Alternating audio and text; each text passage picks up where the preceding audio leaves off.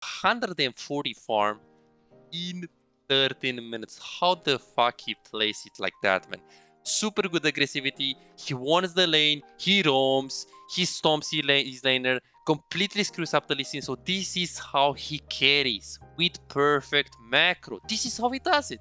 Decision making, wave management, laning phase taking patterns. Everything is clean. What's going on, guys? Into this video we will analyze and learn how Faker stomps Challenger with these macro secrets. By this end of the video you will get 5 easy to follow principles and tips that will make your macro better almost instantly. If this is the first time you are on my channel, my name is Bizaiz and I'm a League of Legends coach. Here I will post videos for people that want to get better in League of Legends. So if you want to make sure you don't miss out on any bit of content that will make your gameplay better, make sure you like, subscribe, hit the notification bell to not miss out any bit of content to make you better. The laning phase starts and he immediately auto-attacks the minions because he wants to get priority. He wants to walk up onto the Zoe because he knows that he has the edge into the Victor against Zoe matchup. Zoe is super smart and she's also constantly using the Q on the minions. Every single time when Faker has the chance to actually walk up and use the Q, he immediately goes up and uses the Q. He's preparing beforehand to use the Q right when he has 2 seconds cooldown off on his Q, and he immediately wants to use it onto the Zoe. He got priority in this laning phase, so that's the step number 1 when you want to win the laning phase. He immediately uses the E as he's getting level 2 and he tries to bully the Zoe over and over and over and over and over again. How did he do it? Very simple. He uses his Q aggressively every single time when he had his Q. He walked up aggressively and he uses it. And then he wanted to play for the prio, for the push. He wanted to get the control of the lane. After he got the control of the lane, it was so easy for him to walk up and punish aggressively because he got the control of the minions. We can see that right here he goes for 2 points into his E. And this way it's going to be super simple for him to walk up and be aggressive. If it was a Fizz matchup or an Assassin, he would go for W, but in this specific case it was much better. You might have noticed one mistake right here.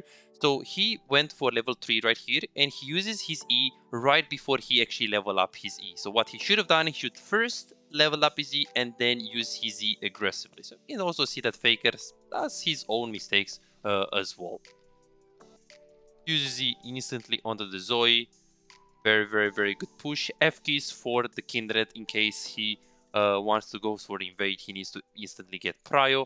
Right now he most likely has information on the enemy jungle, so this is why he's not really scared.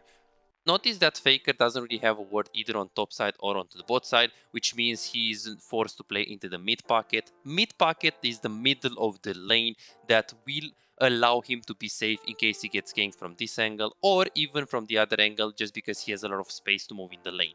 The worst thing that Faker can do right now when he has vision, he has 0 vision on top, 0 vision on bot, is staying right here on the top side pocket or staying right here onto the bot side pocket. So what do you do when you don't know you don't know where is the enemy jungle, or when you have 0 vision? Well, you play mid pocket. You stay in the middle of the mid.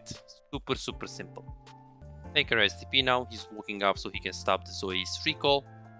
He will probably get it here, I think. Ooh, super close. Missed it up, but it doesn't matter since Zoe does not have TP. I'm going to look to push this and then just go for the recall. Kindred just invaded right here, so it's most likely going to recall either here or into the brush. We'll see if Zoe has the chance to stop the Faker recall. Probably not. Zoe is right on the between the first tower and the second tower here. Faker gets boots. He's going to get probably amplified tone, pink, and he's just going to TP. Wave is slowly coming into him. If he wanted, he could have conserved the TP, but since he wanted to perma get prio, perma get the push, he just instantly TP'd. Another rule that you guys can use is that if you have TP in solo queue, you can always use it if you know that you can get pressure on the lane, if you know that you can get prio on the lane. Of course, if you play competitive or if you play clash, it's better to conserve the TP, especially after like 14 minutes in the game where you can actually TP on a minion. But in general, Tempo is everything. For those of you who don't know what is tempo, tempo is basically the time that you can use to make a play without your enemy being able to react to the play. So for example, if Zoe doesn't have TP and you have TP and you know that you can get a push or make a roam or just do something on the map, just follow for Drake for example, it's better to use TP for that rather than saying, okay, I'm going to keep my TP, conserve it and just keep it for the next fight or keep it for the next situation. No, usually you just want to use it, get prior, get a short-term advantage and play from there. For solo queue, it's super good to play for short-term advantages on almost any champion and any role. Of course, there are exceptions, but for usually when you play solo queue and you're not in a competitive environment, playing around short-term benefits, short-term rewards is better than just playing for late game, playing for 40 minutes game, 50 minutes game, because you're never going to know if the game is going to be that long for you. Faker immediately pushes.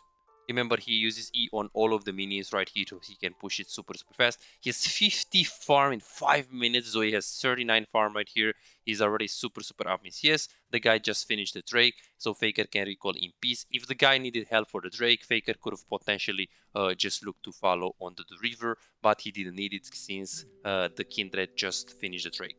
Waves coming into Faker right here. We can see that it's he's always F-keying in case he needs to path towards the top lane. Right now he knows that Fiora is safe, so he just pings the Zoe off and pings Fiora. And right now Faker is going to instantly push, going to F-key on bot lane, I think, and going to look to dive bot. Yeah, so we can see something that Faker does right here.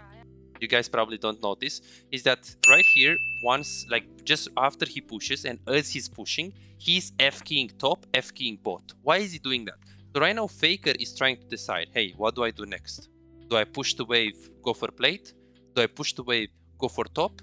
Do I push the wave, go for bot? What the fuck do I do here? So this is why they are F-keying, because they have this play. So pushing and getting plays, one play. Pushing and going top, second play. Pushing and going bot, third play.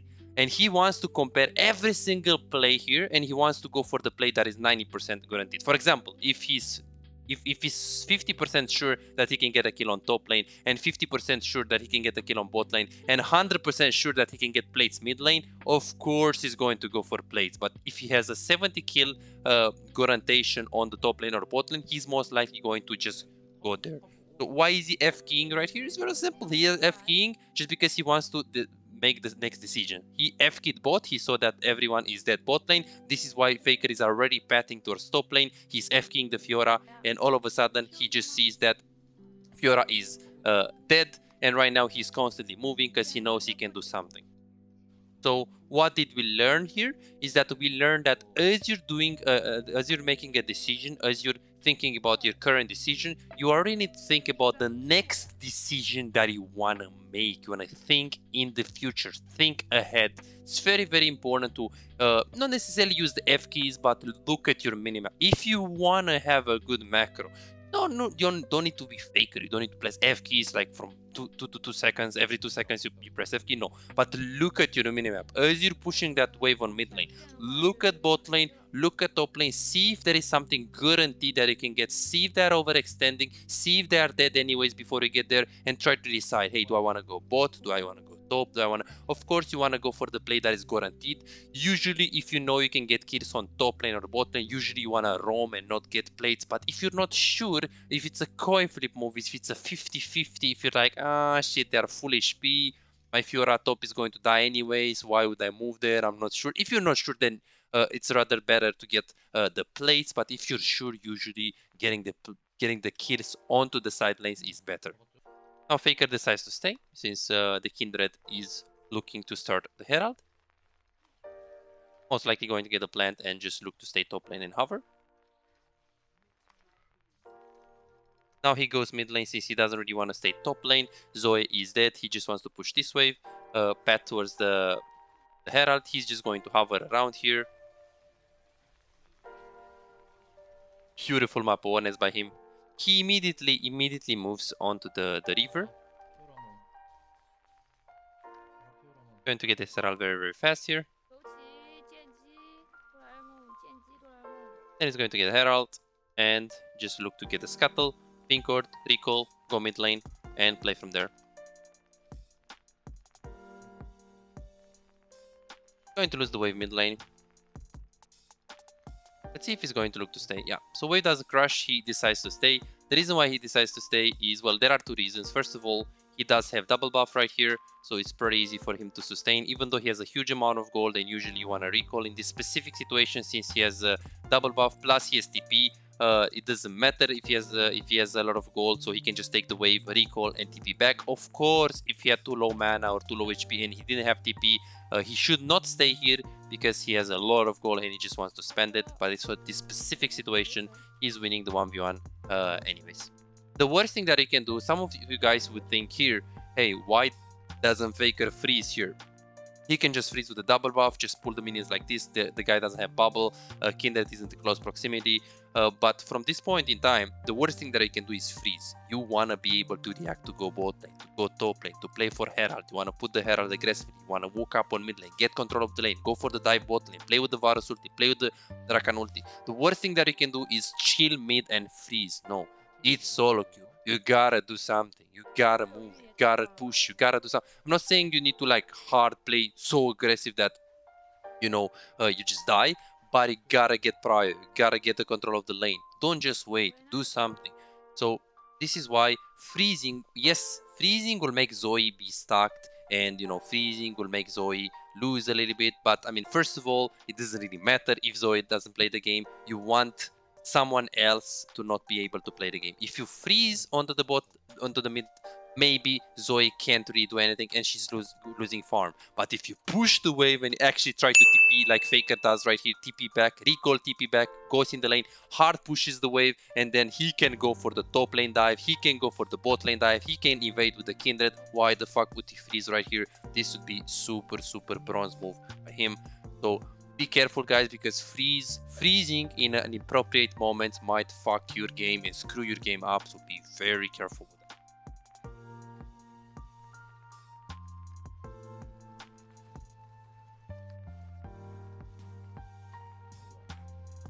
Does have stopwatch here. Let's see what Faker is going to do here.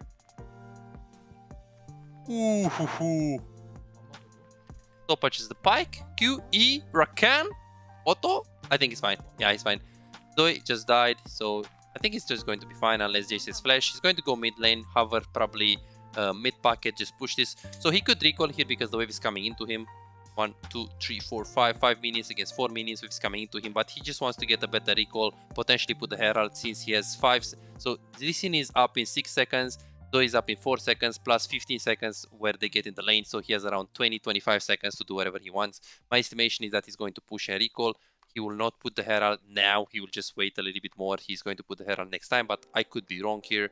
Let's see what he's going to do. He could also like push this wave, Herald, and then recall, but I think he's just going to push the wave and then look to recall. I don't think that he's going to put the Herald, because usually when you want to put the Herald, you also want to have someone as a backup behind you, and Kindred is just doing Drake. You have a lot of gold, you just get Corex, so he just plays slow. He doesn't really rush with putting the Herald.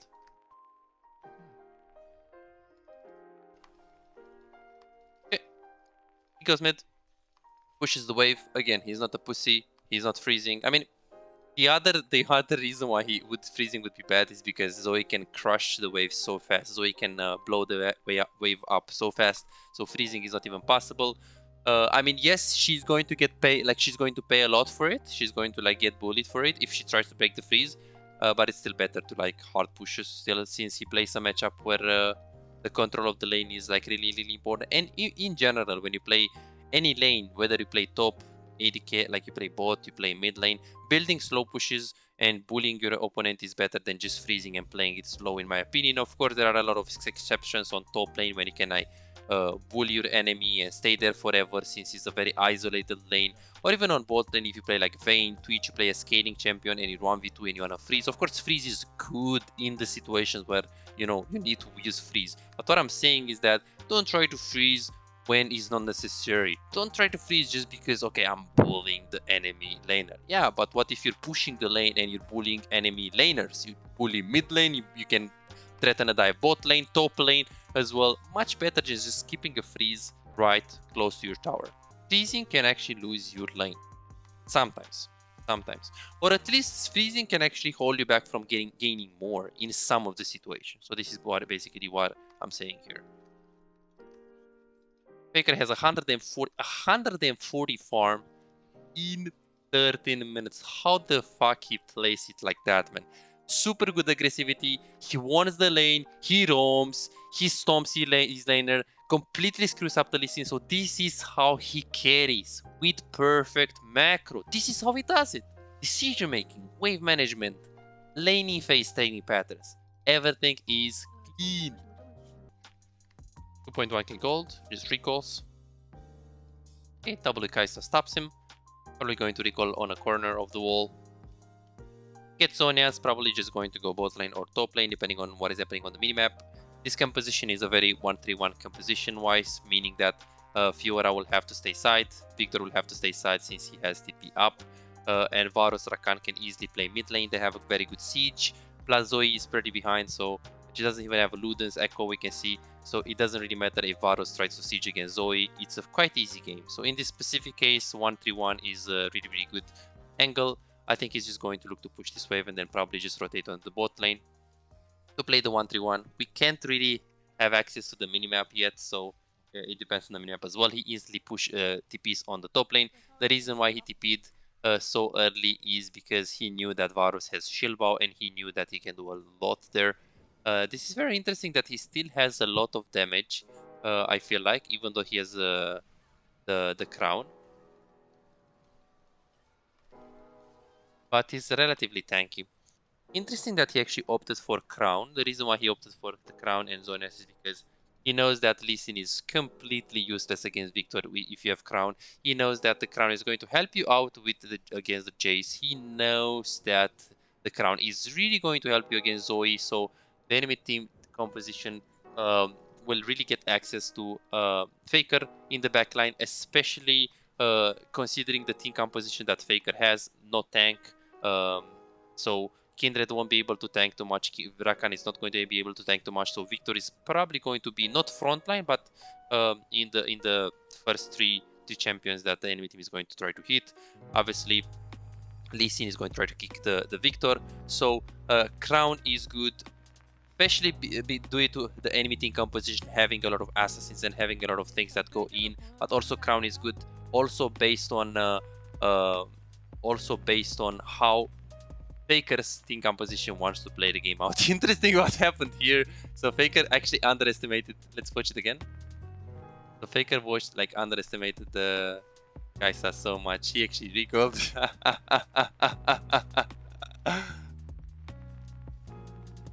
Faker. He almost has his TP, so he can always look to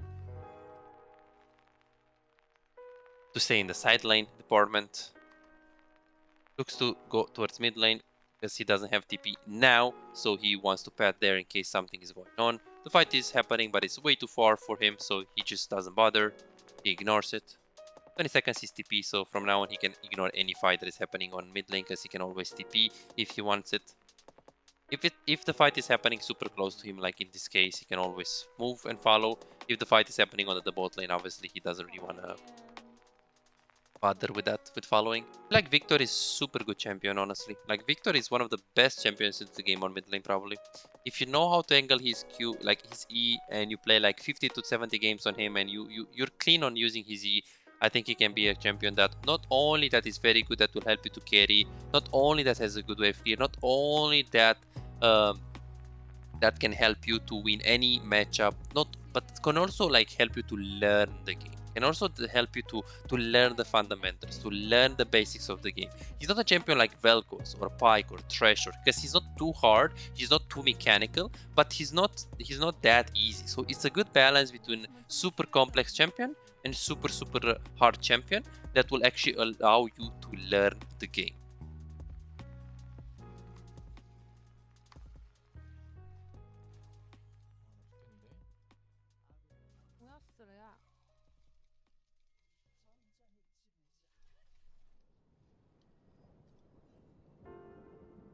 He does have Zhonya, so he just wants to bait out here. This is why he's recalling this forward.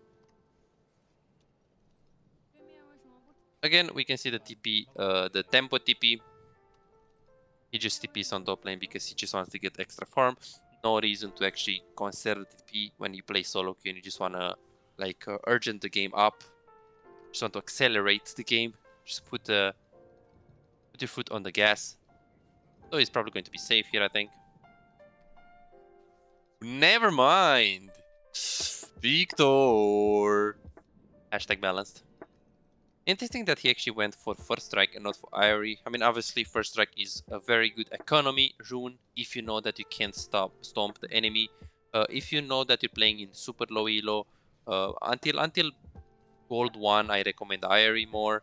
And then after gold 1, both first strike and Irie are super good depending on the situation. If you play an economy lane like a Syndra Zoe, a range matchup, usually Vel'Koz Xerath, you always go first strike. If you play a melee champion and if you play against a melee champion and you want to fight a lot, you can also go Irie. Usually in super high elo, I think first strike is good for every single situation. But if you wanna like decide on what rune you should take, first of all, you should think about the matchup. Second of all, you should think about your preference. Third of all, you should basically take something that is very, very consistent. And that's pretty much it. For those of you who are struggling winning and climbing in solo queue but are serious about getting better, I also do coaching for players that want to improve and get their gameplay to the next level. Coaching can't make you better if you just play normals and ARAMs and don't like playing ranked, or you don't care about improving, you just play for fun, or let's say you just play the game for like 3 hours, maybe 4 hours per week, and that's about it. Coaching doesn't help you. Coaching can help you if you feel hard stuck, if you struggle carrying games, if you want to stop wasting time auto-piloting and not learning anything on your game, if you run into a circle for a long time, if you want to find out the mistakes that hold you back, or simply maybe you have problems with the wave management, maybe you feel lost throughout the mid game, maybe you struggle with the decision making, macro, and you just want to learn how to do it properly from a professional coach. Or let's say you have difficulties tracking the enemy jungle and you die a lot to ganks. Or simply maybe you just want to learn how to carry 1 versus 9 so you can actually climb and stop really wasting time.